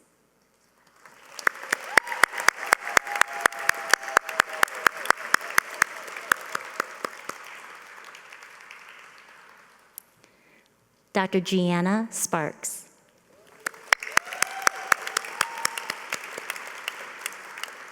Hooded by Dr. Colleen Wallace, Gianna says, thank you so much to my family, especially my parents, for all their support and home-cooked meals.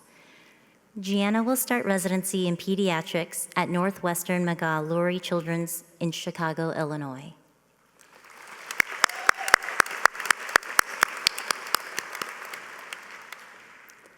Dr. Sarah Stevens.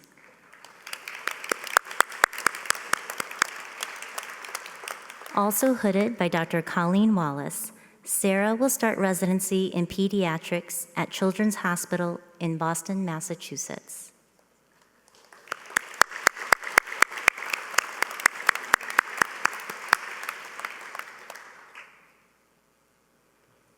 Dr. Reed Streller.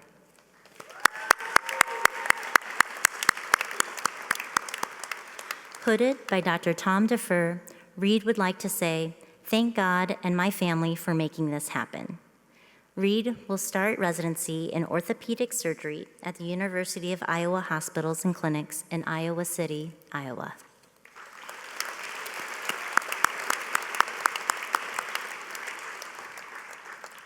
Dr. Tara Suresh.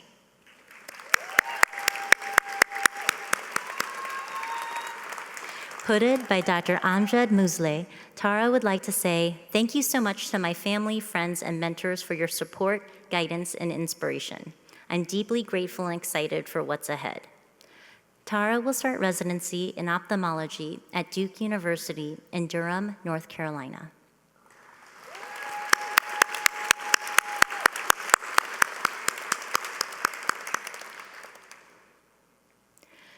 Dr. Wendy Tan.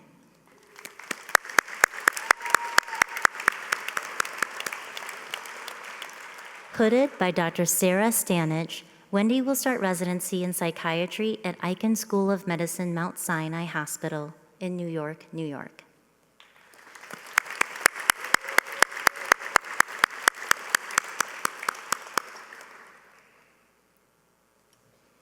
Dr. Brian Tirado.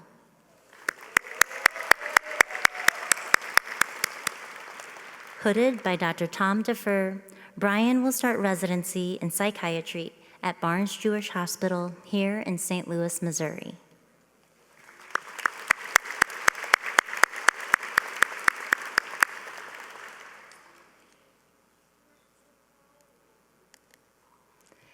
Dr. Gabrielle Trevino.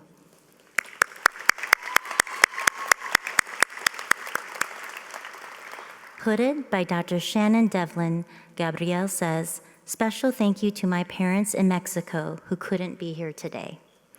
Gabrielle will start residency in emergency medicine at Massachusetts General Brigham in Boston, Massachusetts.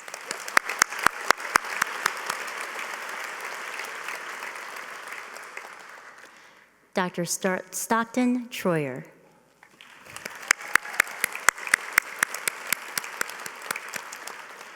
Hooded by Dr. Tom Defer, Stockton will start residency in orthopedic surgery at the Hospital for Special Surgery in New York, New York.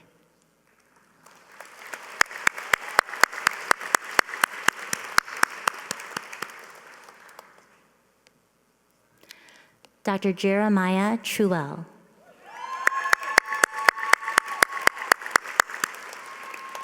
Hooded by Dr. Alana Rossman, Jay will start residency in dermatology at New York Presbyterian Hospital, Columbia University Medical Center in New York, New York.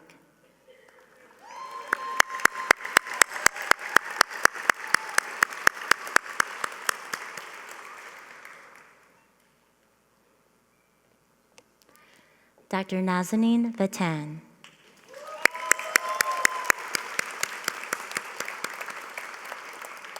Hooded by Dr. Shannon Devlin, Nazanin would like to say, "Thank you to my incredible parents. I love you." Nazanin will start residency in obstetrics and gynecology at Barnes Jewish Hospital here in St. Louis, Missouri.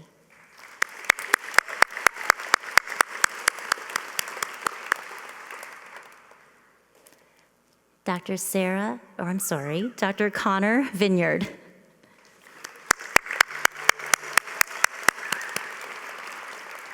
Hooded by Dr. Sarah Stanage, Connor would like to say, "Thank you to my mom, dad, friends, and most of all, my amazing wife, Jenna." Connor will start residency in internal medicine at Oregon Health and Sciences University in Portland, Oregon.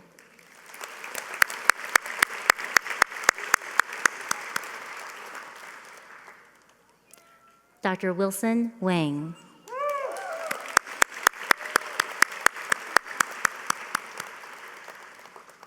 Hooded by Dr. Tom Defer, Wilson will start residency in ophthalmology at Washington University School of Medicine in St. Louis, Missouri.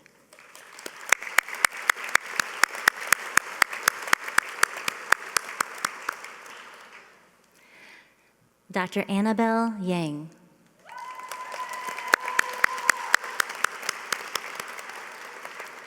Hooded by Dr. Salim Chahan, Annabelle will start residency in neurology at Barnes Jewish Hospital here in St. Louis, Missouri.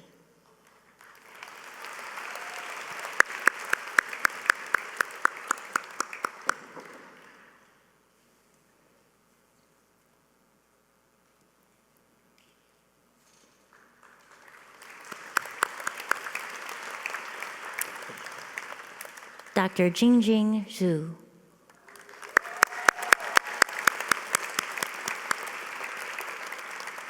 Hooded by Dr. Kathy Bleegard, Jingjing will start residency in obstetrics and gynecology at Barnes Jewish Hospital here in St. Louis, Missouri.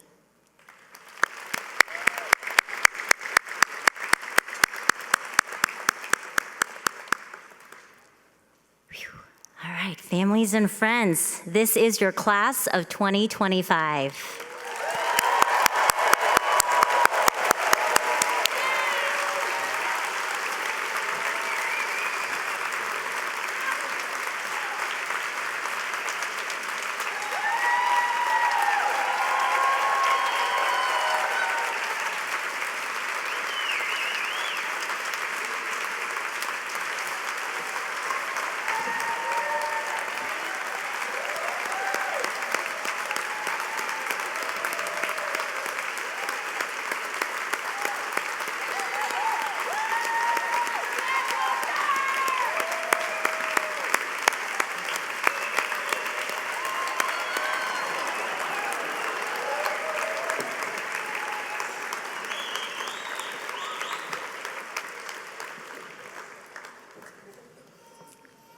30 years ago, the class of 1984 decided to take a professional oath and chose a modified version of the 1948 Declaration of Geneva. The class of 2025 has also developed a modified version of their own, the class of 2025 oath.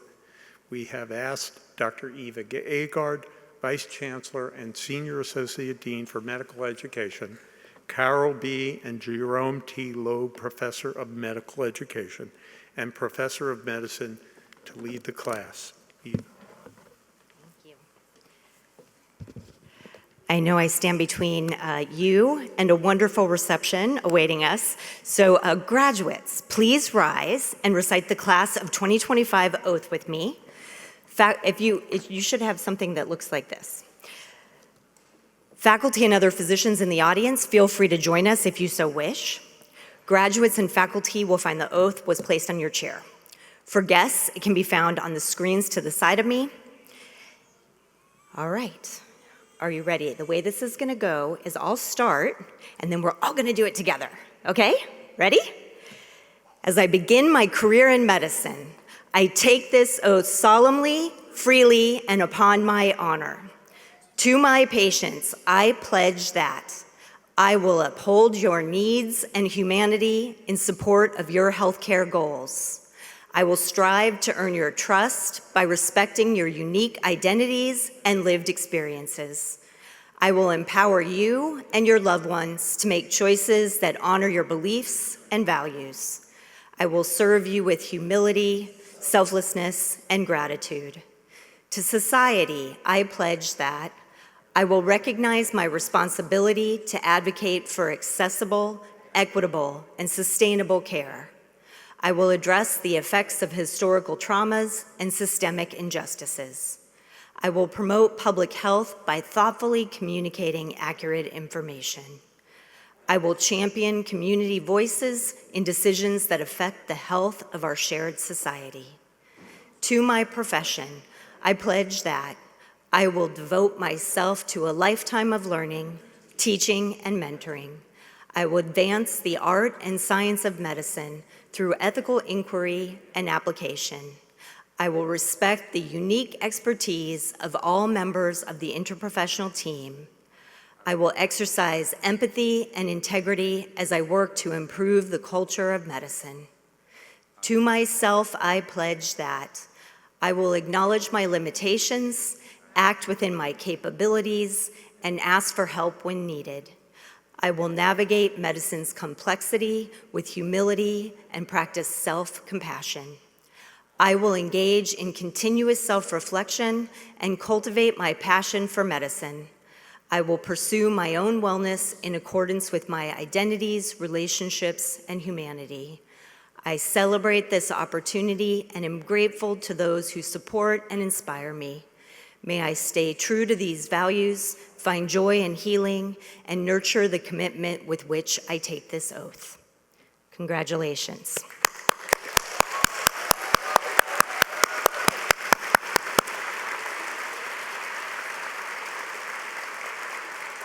This concludes the 2025 Commencement Recognition Ceremony for the Washington University School of Medicine. Faculty and graduates, if you have not already done so, please rise for the recessional down the center aisle of the grand lobby, just outside of the theater. Faculty will exit first and students will follow. The ushers will help guide you. Actually, I think we're doing it all together right now. You guys are going this way and we're going that way. All right, we ask that families and guests remain seated until the end of the academic recession and all degree recipients have exited the main theater. Good evening and congratulations to the class of 2025.